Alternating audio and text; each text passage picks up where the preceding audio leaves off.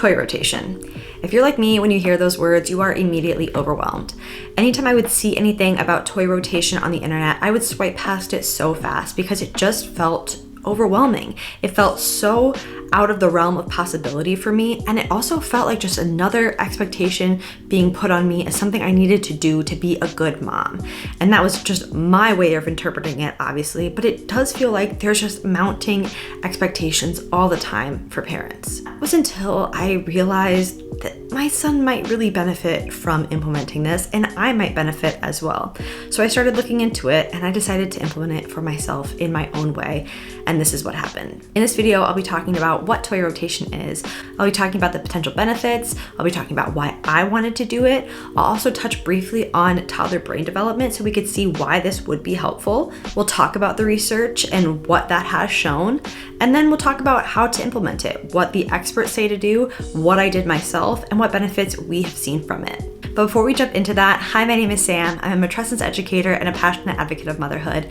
And on this channel, I believe you deserve to enjoy motherhood. I believe you deserve to be seen. And most importantly, I believe you deserve to find yourself through motherhood instead of losing yourself to it. So if that sounds good for you, hit that subscribe button and let's jump into this video on toy rotation. What is toy rotation? It is simply the idea that having only a few toys out at a time and rotating them on a weekly basis or so based on your child's preferences can help improve their focus and what they get out of their playtime. This is mainly a Montessori principle, which if you're not familiar, Maria Montessori was an educational theorist who came up with the Montessori method of education. And this is just one piece of that, in that toy rotation can help to reduce the amount of toys in a space at any given time. They're novel because they're new every few weeks, and it allows them to engage with the toy fully so that they can achieve mastery, work on that one toy until they master it. It can improve their creativity because they only have certain toys available to them. And so they have to get creative with how they're playing with them. And obviously when they play with them for a longer period of time, be more creative with their play. And it can help with their critical thinking skills as well. It also decreases scattered play, which is playing with one thing at a time very quickly. So just picking up something, playing with it for a brief amount of time, and then going on to the next thing. Scattered play also has no rhyme or reason to it or scheme. There's no planning or forethought involved. It's just what's in front of you, playing with it briefly and moving on to the next thing. The other benefits of toy rotation can include keeping children from being overstimulated. Again, encouraging that healthy imagination and sense of fun, keeping your home a little more tidy and organized, reducing the amount of clutter in any given space, and therefore improving concentration, focus, and learning. And this makes sense if we think about our own personal spaces. When things are cluttered, for a lot of us, that makes us feel more cluttered, makes us feel more chaotic, and reduces our ability to focus. When your phone is sitting right next to you and you're trying to work, when that goes off, it's going to distract you every time. And that's kind of like having all of those toys all around you all at once. And for me, the allure of this comes from the fact that I really do struggle with attention. I think many millennials do because we've been so bombarded with information for our whole lives and different stimulus all the time, so much so that we don't even realize it's happening. I was diagnosed with ADHD back in 2017. It was not a really great testing process, so I don't really even know if it's accurate, but I definitely have struggled enough to the point where I went to get tested. My son may already have that predisposition, I don't know, but I really wanted to foster any type of attention that I could for him to make his life easier down the road. And so for most of his childhood, I've been really, no pun intended, but focused on providing an environment where he can be focused. I try really hard not to interject in his play. If he's playing with something, I try not to distract him. If he's busy and I don't have to, I try not to jump in and redirect him unless, again, I have to. And so this was just another thing that I thought could benefit that. And then when I went to my parents' house, they have way more toys than we do, and I saw how scattered his play was. I saw how little he played with any given thing because he was jumping around to all these different toys all of the time. And we came home and we have a little less toys here, but still we had a lot at that time, and I could see the improvement already. And so I thought, man, maybe this is something that I need to look into. So I looked into why. What is the research behind this? Does this really work, or is this just another thing that's being added to my mother should mom to-do list? And I found a 2018 article called The Influence of the Number of Toys on Toddlers' Play by Douch et al. And they talk a lot about toddler brain development at the beginning that I found really fascinating. And I think this is important to understand why toy rotation works. Toddlers are in this unique stage of becoming autonomous for the first time. They are learning that they are individuals with choices and that they are their own little humans. And in this time, they are sponges, like we often hear. They're taking in the world around them and they're developing really important skills, like their cognitive skills, their language skills, their emotional skills, and their social skills. And one skill that they are developing at this time is their ability to pay attention. And this is often thought to be just an innate trait, right? Like how well you pay attention is just something you are born with. And yes, if you do have an attention disorder, that is at play here. But attention is also a skill that we can foster through environment and through practice. The skill does start showing up more around age 3. Prior to that, and especially in infancy, they're just very easily distractible. However, at any age, we can set up an environment that can help to foster this skill. Attention skill really starts showing up around age 3, and prior to that, children are very easily distractible, especially infants. However, we can start promoting attention. We can start providing an environment and toys and a structure to play that encourages attention span early on. One major factor in this environment is, according to the study, the number of toys and limiting distractions. And having a lot of toys can be seen as a distraction, as well as things like a lot of background noise and just a lot of clutter and chaos, a lot of people in the environment, a lot of noises, things like that. And there are a lot of other things that you can focus on if you feel like toy rotation is too much for you. Doing the things like I talked about before, reducing your distraction, reducing how much you redirect what they are doing when they're in engaged play, the amount of background noise, making sure that you have toys that are easy to engage with, things like that, you can also focus on. However, in what we're talking about, toy rotation, one of the things that researchers found reduced their ability to maintain attention was the amount of toys. In this study, they presented children with 16 toys and then 4 toys. And when they had 16 toys, the kids switched toys more frequently. They engaged in less deep and meaningful play, and they played with each toy for less amount of time. Versus when they had only 4 toys, they toy switched less, there was less novelty around them, there was less stimulus around them. They were able to engage in deep and meaningful play with these toys, and they played with those toys for a longer period of time. And that's where this whole concept comes in. Okay, if we reduce the amount of toys in the environment, they will play with them more, they will get more out of their play, and we will have less toys around us to have that clutter as well. So it all sounds great, but how do you do it? It seems very overwhelming to, when you have 100 toys in your house, to just have 9 or 10 out at a time. And I get you. I'm gonna go over, first of all, what they say to do, and then I'll go over what I did. So for these guidelines, I'm gonna be using 2 different resources. One is Curious Neuron, and the other is Lovevery, which you have probably heard of. It is like the #1 Montessori toy box subscription. We've had it for forever. I love it. These are great toys to have out in this setting. They state to have 9 to 12 toys out and accessible to your kids. So a lot of Montessori setups have like those cube shelves where, you know, you put those canvas totes in. However, don't use totes. Make sure that the toy is visible and just setting on that shelf so that your toddler can access it themselves. They can see what's available to them versus out of sight, out of mind, not really knowing what's even there. These should be a variety of toys over 4 different categories according to Curious Neuron. They state action toys, education toys, pretend toys, and then vehicles, as well as some quiet time toys like books or sensory bins. As far as the other toys, you are storing these out of sight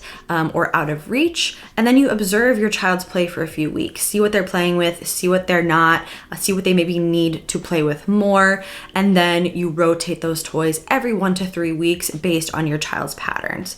You can leave out toys that they play with a lot, or maybe toys that they are playing with but haven't fully mastered, and you see that they're getting there. Then the toys that you put away, they suggest putting them in bins in those categories or in Ziploc bags in those categories for easy swapping. And they also suggest having the child not home when you're doing those swapping so that there's no resistance on their end for that like sudden change. I honestly didn't even look into that before I did this. I watched a couple of YouTube videos on how other people did it, and I will link those down below if I can find the exact ones. Okay, I'm gonna reduce the amount of toys in here. I wanna have a good variety of toys. My mind was like something that is engaging and like for critical thinking skills, something that is like fun for him, something he really likes to play with. There he has these bins of like toys. So he has his guys, he has his cars in a toy. I didn't even look at those guidelines before I started doing this. I would say I did follow a lot of them. All I did was watch a couple of YouTube videos of moms doing this, and I will link those down below if I can find the exact ones. And then I just went about it. I got all of the toys in our house in one room. Brought a bunch of toys from upstairs, downstairs. I got them all into his designated play space, and then I put away any toys that I knew he was too big for, and I put away any other toys that maybe he would play with, but I knew he wasn't gonna play with them for more than like push a couple buttons and then be done with it. Those toys out of the way, I had the toys that I knew he would play with and that I would like to incorporate into his playroom. Then I finished cleaning out a space for his toys, cupboard under our basement stairs, and so I turned that into the designated storage space for toys. I had to move a couple boxes into our like heater room, water heater room, because we don't have any more storage because we turned our storage room into my husband's office. We have a weird setup in our house. It is what it is. But moved some stuff around, so I had this designated toy closet. Have much rhyme or reason to what I put out. I didn't go with any certain categories. I just tried to think of what would be the most beneficial for him. I put a single activity in each bin, made the books so that he could see which ones they are. I took some toys that he hadn't played with in a while and made those kind of front and center. Put a couple on top that wouldn't fit in there, and that I think it's about 8 activities, which I think is what's kind of standard. And then brought out his cleaning supplies. He loves to clean and he hasn't had those in like a year. And then I left out the Fisher-Price bus to go with the guys on the shelf, and then his little scooter thing.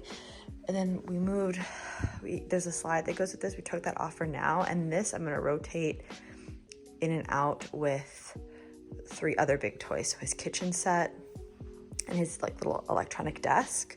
I'm gonna switch those out every month or so.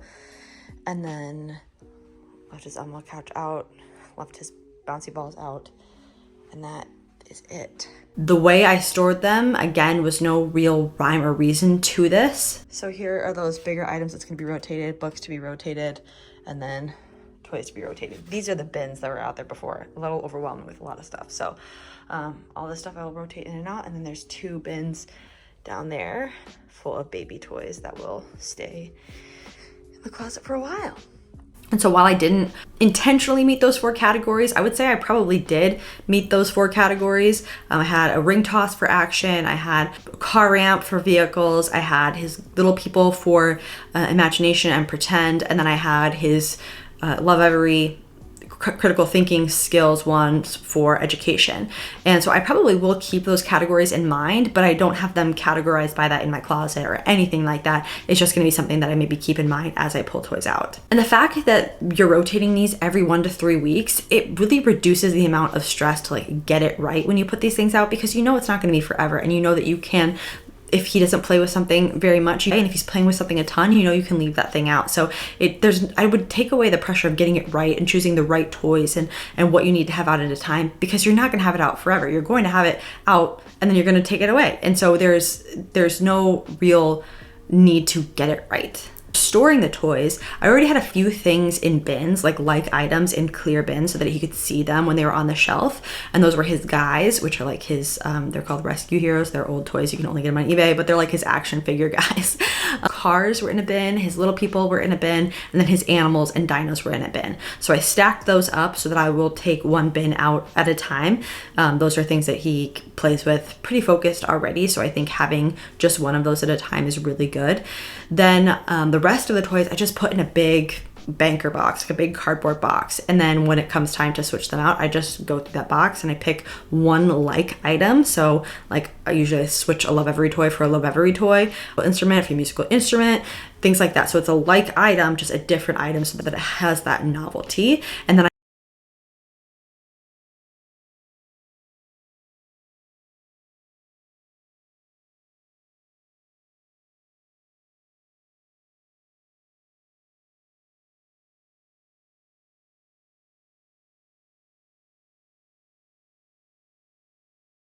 truly does engage with his toys so much more.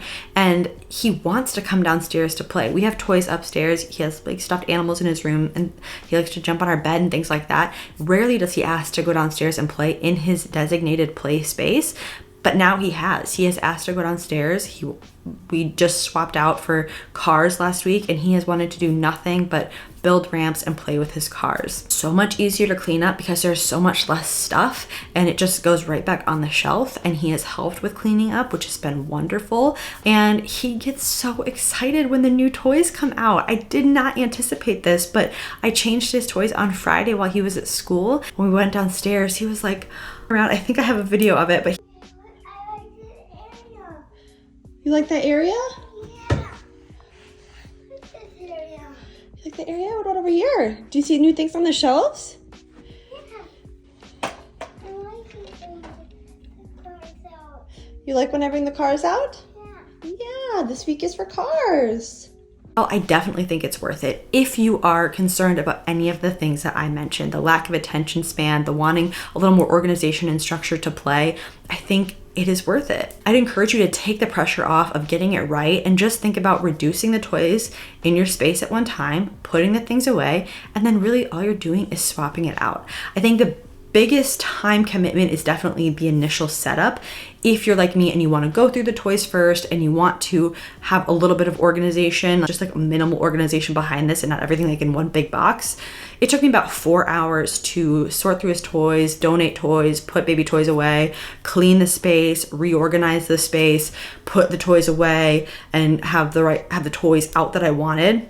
But then when it came time to switch the toys about a week and a half later, took me less than 10 minutes. And it doesn't have to be perfect. You don't have to put the toys away every time. You don't have to do it every single week. The big toys, like I said, I think I'm gonna leave out for multiple weeks at a time because we don't have a lot of them and he engages with them quite often. I'm gonna link some of the resources that I used below. This is something that really has enhanced my motherhood because it's allowed me to play with him more because he is more engaged. He's doing more strategic play, which again allows me to engage with him more.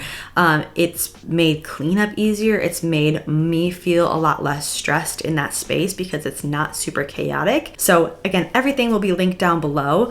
If you want to connect with me on social media, you can find me at Sam Thompson Hall. You can also check out my website at welcome-mama.com, and you can sign up for the pre-sale for my new journal and day planner that is launching in January. As always, thank you for being here. Welcome, Mama. You deserve to enjoy this.